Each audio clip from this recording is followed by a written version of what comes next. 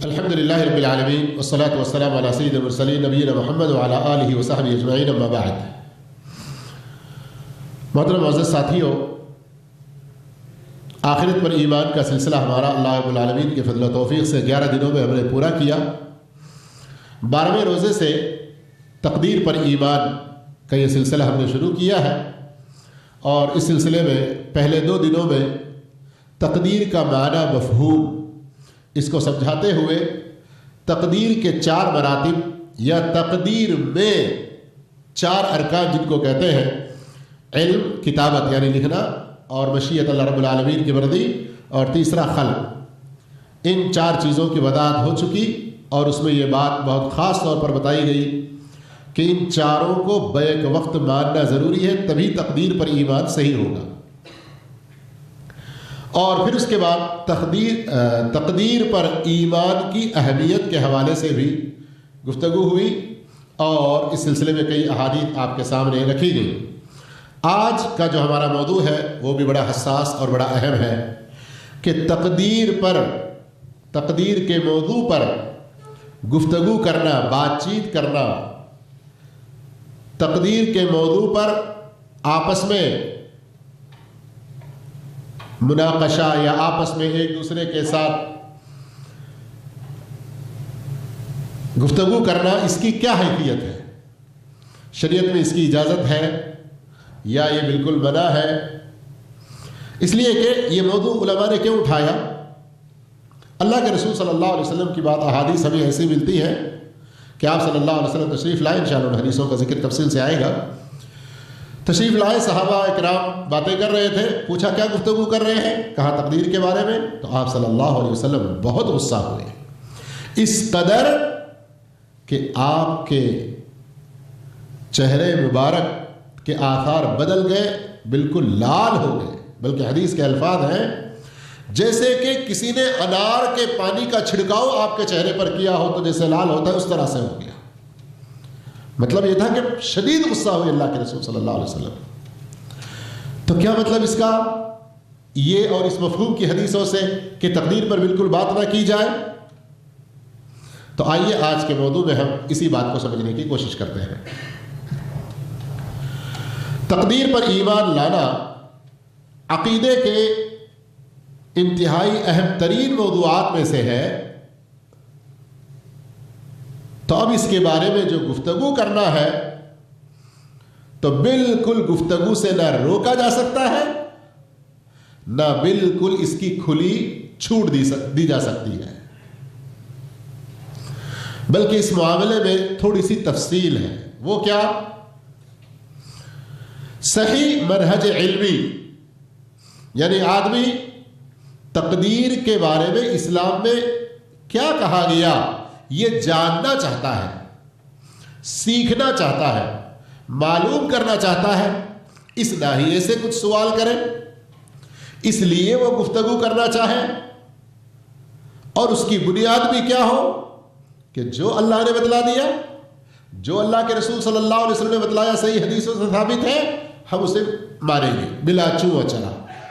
ایسے نیک جذبے کے ساتھ اگر انسان گفتگو کرنا چاہے تو اس کو اس کی اجازت ہے۔ سمجھ میں آئی بات؟ لیکن ابھی جو بات میں نے کہی جس کی اجازت ہے، اس کے اندر آپ مزید تھوڑی سی سمجھنے کے لیے بات کو 2 پہلوؤں سے لے سکتے ہیں، یعنی 2 پہلوؤں سے تقدیر کے بارے میں گفتگو کرنے کی یا تقدیر کے بارے میں بات کرنے کی اجازت ہے۔ کیسے؟ ایک آدمی کوئی جاننا چاہتا ہے تو اپنی کچھ معلومات پیش کرتے ہوئے کہہ رہا ہے کہ اس کی اور کیا حقیقت ہے، اس کے بارے میں صحیح منہج کیا ہے، قرآن و حدیث اس بارے میں کیا رہنمائی کرتے ہیں۔ وہ گویا کہ آپ کہیے سائل، پوچھنے والا، جاننے والا، طلب کرنے والا۔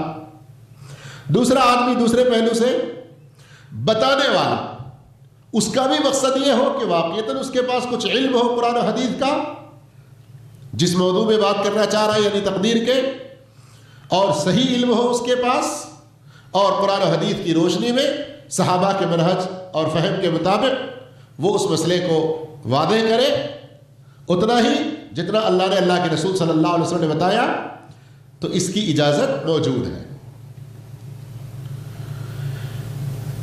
اب تقدیر میں گفتگو کرنے کی جو اجازت نہیں ہے وہ اعتراض کرتے ہوئے یا اللہ کے کسی حکم میں کسی طرح کی کوئی خامی یا اللہ کے رسول صلی اللہ علیہ وسلم کی حدیثوں میں سے یہ کیسے ہو سکتا ہے، اس طرح کا کوئی شبہ ظاہر کرتے ہوئے، یا آج کل ہماری جو بہت ساری محفلیں ہوتی ہیں، مختلف درسوں میں آپ نے اس سے پہلے بھی سنا کہ بعض دفعہ ہمارے اردو میں ایک لفظ استعمال کیا جاتا ہے، اتفاق ہو گیا۔ یہاں شام میں آ کر جس موضوع پہ بیان کرنا ہوتا ہے، کبھی کبھار کوئی چیز اس سے پہلے پیش آئی ہوتی ہے۔ آج ہی عصر کی نماز کے بعد مسجد سے نکل رہے ہیں، مسجد کے قریب روم میں رہنے والے ایک صاحب نمازیوں کو مسجد سے نکلتے ہوئے جب دیکھا تو وہ باہر نکلنے والے پھر فوراً پیچھے چلے گئے۔ کیوں چلے گئے پیچھے؟ نمازیوں کو دیکھ کر انہیں شرم آ رہی ہے کہ میں تو نماز نہیں پڑھا ہوں، اب ان کی صورت کیسے دیکھوں، یا ان میں سے کوئی مجھے کچھ نصیحت نہ کر دے، یا کوئی بھی اور بھی ارادے ہو سکتے ہیں، واللہ عالم۔ وہیں پر گفتگو ہونے لگی، 2-3 آدمی کھڑے تھے کہ آج نمازیوں کو مسجد سے نکلتے ہوئے دیکھ کر چھپ رہے ہو، کل قیامت کے دن نماز کا جب حساب ہوگا وہاں چھپنے کی کوئی جگہ ہوگی؟ اللہ کے عذاب سے بچنے کی کوئی جگہ ہوگی؟ یہ سوچ کیوں نہیں ہے؟ یہ سوچ کیوں نہیں ہے؟ وہیں پر پھر بات آئی کہ کچھ لوگ ایسے بھی ہیں، افطاریوں میں شریک بھی ہوتے ہیں، دن بھر روزہ بھی نہیں رکھتے، نمازوں کی پابندی بھی نہیں کرتے، اور بعض لوگ انہی میں سے ایسے بھی کہ اگر اللہ نے چاہا تو ہمارے حق میں نماز پڑھنا لکھ دیا تو ہم پڑھیں گے کبھی۔ اب آپ لوگوں نے اس طرح کا جملہ اور بھی کئی محفلوں میں سنا ہوگا۔ کسی کو آپ گانے نہ سننے کی نصیحت کرتے ہیں، کسی کو آپ نماز کی نصیحت کرتے ہیں، کسی کو آپ کسی اور برائی سے رکنے کی نصیحت کرتے ہیں، تو کیا کہتے ہیں؟ اگر میرے تقدیر میں ہوگا کہ اچھا کام کرنا ہے تو میں کر لوں گا۔ یہ تقدیر میں کٹ حجتی، غلط قسم کا اعتراض، تقدیر کو نہ ماننے کے مترادف ہے یہ۔ اور ایسے لوگوں کو پرسوں والا درس سنائیے ضرور، ان کو پرسوں والا درس ضرور سنائیے ان کو۔ کون سا درس یاد ہے؟ تقدیر پر ایمان لانے کی اہمیت۔ تقدیر کو جھٹلانے والوں کے لیے اللہ کے رسول صلی اللہ علیہ وسلم نے کتنی ساری وعیدیں سنائی تھی، یاد ہے؟ میں ابھی درس شروع ہونے سے پہلے آپ سے پوچھ رہا تھا کہ پچھلے درس میں سے کوئی اور چیز کی وضاحت مطلوب ہے؟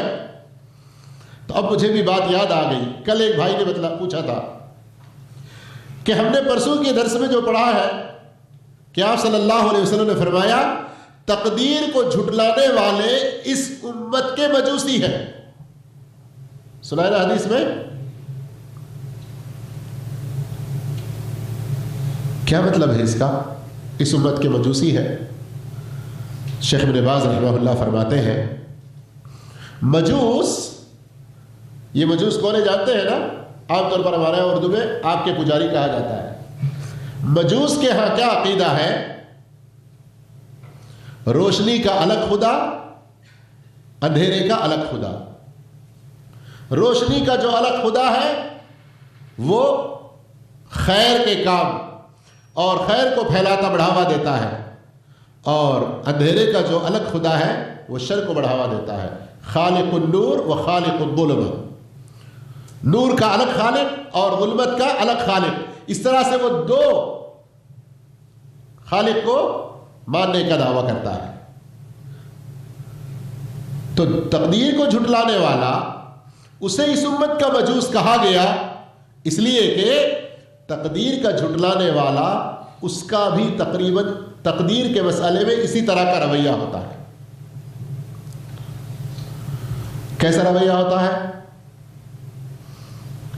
نماز کی بات، عقیدے کی بات، دین کی بات آتی ہے، اپنے جنت کو حاصل کرنے کی، جہنم سے بچنے کی نصیحت کی جاتی ہے، تو وہ کہتا ہے کہ میں اگر میری تقدیر میں لکھا ہوگا تو میں کر لوں گا۔ وہی اپنے کھانے پینے کی بات، بیماری سے نجات پانے کی بات، شفا پانے کی بات کوئی آ جائے تو اس میں اس چیز کا انتظار کرتا ہے کہ تقدیر میں لکھا ہوگا تو میں شفا پاؤں گا، کیوں میں ہاسپٹل چلا جاؤں؟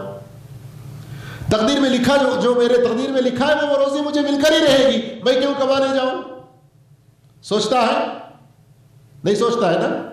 اس کا مطلب ہے کھانے کی، اپنے صحت کی بات آ رہی ہے تو وہ اپنا ایک اس کا الگ ایمان ہے کہ نہیں، محنت کریں گے تو ہی روٹی ملے گی نا، پھر ڈاکٹر کے پاس جائیں گے تو ہی کچھ دوا لیں گے تو ہی شفا ملے گی نا۔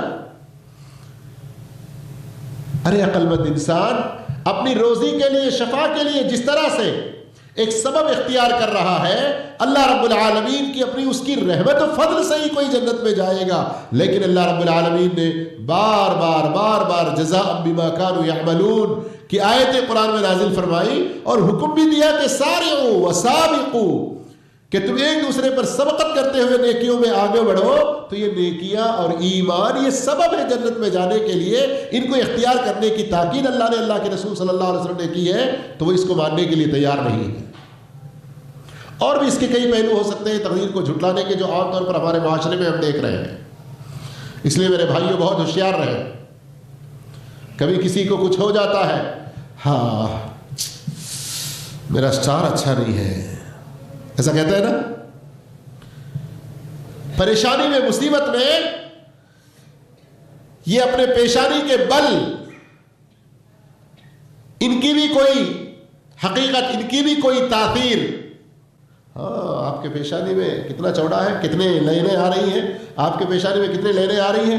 اس طرح سے بھی کچھ لوگ ان کی اچھی بری قسمت کے اوپر، شادی بیاہ، کاروبار، دوسرے سارے معاملات کو ان چیزوں سے بھی ناپتے ہیں، تولتے ہیں اور ان سے بھی اندازہ لگاتے ہیں۔ اور کچھ ستاروں کے بارے میں، اور ہمارے پاس، ہمارے ملکوں میں تو کیا کہتے ہیں اس کو، ابراج، نجومی لوگ، اور اخبارات وغیرہ میں جو آتا ہے، آپ برج اسد میں میم سے نام جس کا ہے تو وہ اسد، فلاں حرف سے نام شروع ہوتا ہے تو فلاں، اس طرح کے بنا کر جا کر لوگ اپنی قسمتیں دریافت کرتے ہیں۔ یہ کس میں آئے گا؟ میرے بھائیوں، تقدیر کا موضوع بڑا حساس ہے، بڑا حساس ہے۔ جتنا اللہ اور اللہ کے رسول نے بتلایا اتنا ہی مان کے ہم اس میں اپنی منمانی، اپنی مرضی سے جو گفتگو کرنا چاہے کر سکتے ہیں، ایسا ہرگز نہ سمجھیں۔ اس سلسلے میں بس میں ایک دو حدیثیں آپ کو سنا کر آج کا درس ختم کر دیتے ہیں۔ ابو ہریرہ رضی اللہ عنہ سے روایت ہے، خرج علینا رسول اللہ صلی اللہ علیہ وسلم ونحن نتنازع فی القدر، ہم قدر کے بارے میں، تقدیر پر بحث کر رہے تھے کہ اللہ کے رسول صلی اللہ علیہ وسلم تشریف لائے، ہماری باتیں سنی، فغضب، آپ غصہ ہوئے، حتی احمر وجہہ، یہاں تک کہ آپ کا چہرہ سرخ ہو گیا، کأنما فقع فی وجنتیہ الرمان، جیسے کہ آپ کے رخساروں پر کسی نے انار کا پانی ڈال دیا ہو۔ پھر آپ صلی اللہ علیہ وسلم نے ارشاد فرمایا، ابہذا امرتم، کیا اسی بات کا تمہیں حکم دیا گیا؟ ام بہذا ارسلت الیکم، کیا مجھے اسی لیے تمہارے سامنے، تمہارے پاس بھیجا گیا؟ انما ہلک من کان قبلکم، غور سے سنیں، انما ہلک من کان قبلکم، تم سے پہلی جو قومیں ہلاک ہوئی ہیں ان کی ہلاکت کا ایک بہت بڑا سبب حین تنازعوا فی ھذا الامر، کہ انہوں نے تقدیر کے بارے میں آپس میں بحث و مباحثہ، آپس میں جھگڑے اور جدال شروع کر دیے۔ عزمت علیکم اللہ تنازعوا فیہ، غور کیجیے، میں تمہیں قسم دیتا ہوں کہ آئندہ تقدیر کے موضوع پر کبھی بحث و مباحثہ نہیں کرو گے۔ اس پوری حدیث کے اندر کم سے کم 3 باتیں ہمیں سمجھنی چاہیے۔ کتنی باتیں؟ تقدیر کے موضوع پر بحث و مباحثہ یہ اللہ کے رسول کو غصہ دلانے والی چیز ہے، جو چیز اللہ کے رسول کو غصہ دلا دے وہ چیز اللہ کو بھی غصہ دلائے گی۔ اس لیے ہم ایسی محفلوں میں نہ بیٹھیں جہاں تقدیر کے بارے میں لوگ اعتراضات کر رہے ہیں۔ دوسری نصیحت، اس سے پہلے کی امتوں کی ہلاکت کا ایک سبب تقدیر میں بحث و مباحثہ. تو اب ہم اگر ایسی محفلوں میں بیٹھتے ہیں تو ہم اپنے آپ کو ہلاکت میں ڈالنے والوں میں شمار کر رہے ہیں. تیسری نصیحت، آپ صلی اللہ علیہ وسلم نے اسی موقع پر صحابہ کو قسم دلائی کہ آئندہ ایسا کبھی بحث و مباحثے میں نہیں پڑو گے. اب جس چیز میں اللہ کے رسول نے تاکید کی ہو کہ نہ کرنا، پھر بھی اگر ہم کریں گے تو آپ سے محبت کرنے والے ہیں، آپ صلی اللہ علیہ وسلم سے سچے چاہنے والے اور آپ کی سنت سے اتباع کرنے والے، آپ کے حکم کی قدر کرنے والے بنیں گے. یا ایھا الذین آمنوا لا تقدموا بین یدی اللہ ورسولہ. اللہ سے اس بارے میں ہمیں ڈرنا چاہیے. اگر دیکھا جائے تو اس سلسلے میں اور بھی بہت ساری حدیثیں ہیں، لیکن انشاءاللہ کسی اور موقع پر.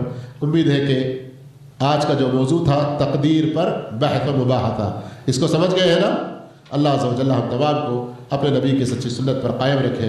وآخر دعوانا الحمدللہ رب العالمین، والسلام علیکم ورحمۃ اللہ وبرکاتہ.